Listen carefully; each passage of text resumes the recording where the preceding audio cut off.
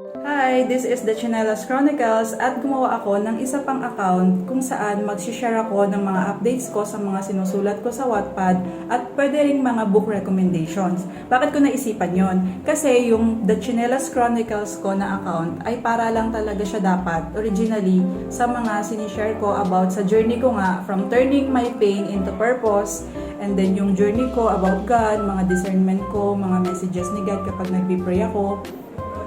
And then, naisip ko din na gamitin yun sa pag-affiliate kasi sabi ko nga, nag-pray din ako kay God, nabigyan din ako ng isang source pa.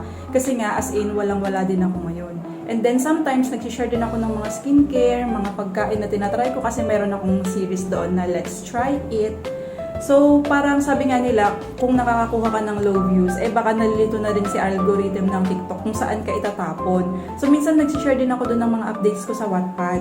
Tapos, bala ko din mag-share ng mga book recommendations, mag-share din ng mga, kumbaga, mga thoughts ko din about dun sa mga books. Kaya sabi ko, lalong malilito sa akin si TikTok. Kaya sabi ko, gagawa ako ng isa pang account kung saan doon ako mag-share ng mga writing journey ko, pagsusulat ko ng Wattpad, updates ng mga stories, and then book recommendations.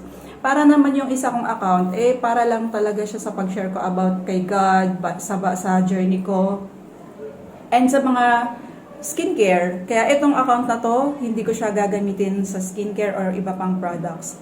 Book recommendation and anything related doon.